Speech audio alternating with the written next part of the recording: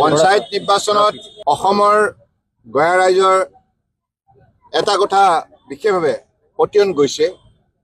যে 10 বছৰত মাননীয় প্ৰধানমন্ত্ৰী নৰেন্দ্ৰ মোদী ডাঙৰীয়াৰ বলিষ্ঠ নেতৃত্বত যিমান উন্নয়ন সম্ভৱ হৈছে কোনো কালেই অসমৰ বুকুত সেই উন্নয়ন সম্ভৱ হোৱা নাছিল। কংগ্ৰেছে 55 বছৰ কাল ৰাজত্ব কৰাৰ পাছতো অসমৰ গাঁওসমূহক আধুনিক ৰূপত সজাব নোৱাৰিলে। আজি প্ৰতিখন গাঁৱত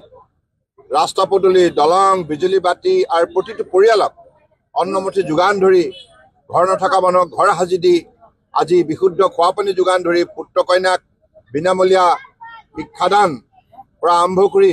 ৰাইজৰ স্বাস্থ্য জটিল ৰোগত স্বাস্থ্য পৰীক্ষা কৰা বা চিকিৎসা কৰাৰ ক্ষেত্ৰত 5 লাখ টকালৈকে আয়ুষ্মান ভাৰতৰ যোগেদি যিখিনি সুবিধা প্ৰদান কৰিছে আৰু প্ৰতিগৰাকী মহিলাক সবলীকৰণ কৰাৰ বাবে অৰুণোদয়ৰ পৰা আৰম্ভ কৰি বিভিন্ন আঁচনি কেন্দ্ৰীয় ৰাজ্য চৰকাৰ যেনেধৰণে সফল ৰূপায়ণ হৈছে, যুৱকসকলক যেনেধৰণে কৰ্মসংস্থাপন দিয়া হৈছে, গতিকে এই যে উন্নয়নৰ এটা দৃষ্টান্তমূলক যিটো উদাহৰণ আজি ভাৰতবৰ্ষৰ বুকুত ৰচনা হ'ল মাননীয় প্ৰধানমন্ত্ৰী নৰেন্দ্ৰ মোদী ডাঙৰীয়াৰ বলিষ্ঠ নেতৃত্বত, অসমতো ডক্টৰ হিমন্ত বিশ্ব শৰ্মা ডাঙৰীয়াৰ নেতৃত্বত বিজেপি মিত্ৰজোঁটৰ চৰকাৰখনে উন্নয়নমূলক কাৰ্যসূচী যিমান সফলতাৰে ৰূপায়ণ কৰিছে তাৰ ফলশ্ৰুতিত আজি গাঁও, চাহ বাগিচা সকলো ঠাইতে আধুনিক ৰূপত যাতায়াত আৰু যোগাযোগৰ পৰা আৰম্ভ কৰি বিভিন্ন অনুষ্ঠান গঢ় লৈ উঠিছে। গতিকে মই ভাবোঁ যে সেইবাবেই বেলেগ দলৰ কথা আৰু এইবাৰ